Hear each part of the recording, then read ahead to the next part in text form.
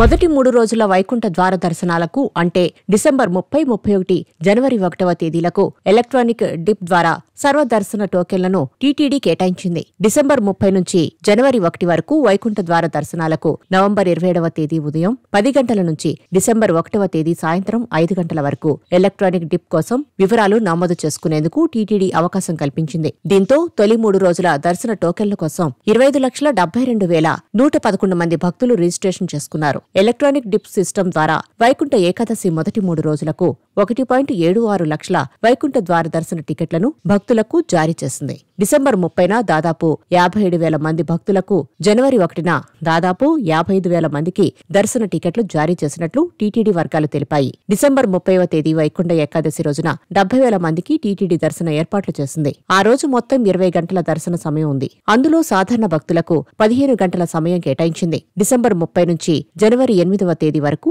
శ్రీవారి ఆలయంలో చంటి పిల్లల తల్లిదండ్రులు, వృద్ధులు, వికలాంగులు, డిఫెన్స్, ఎన్ఆర్ఐ తదితర ప్రత్యేక దర్శనాలను టీటీడీ రద్దు చేసింది.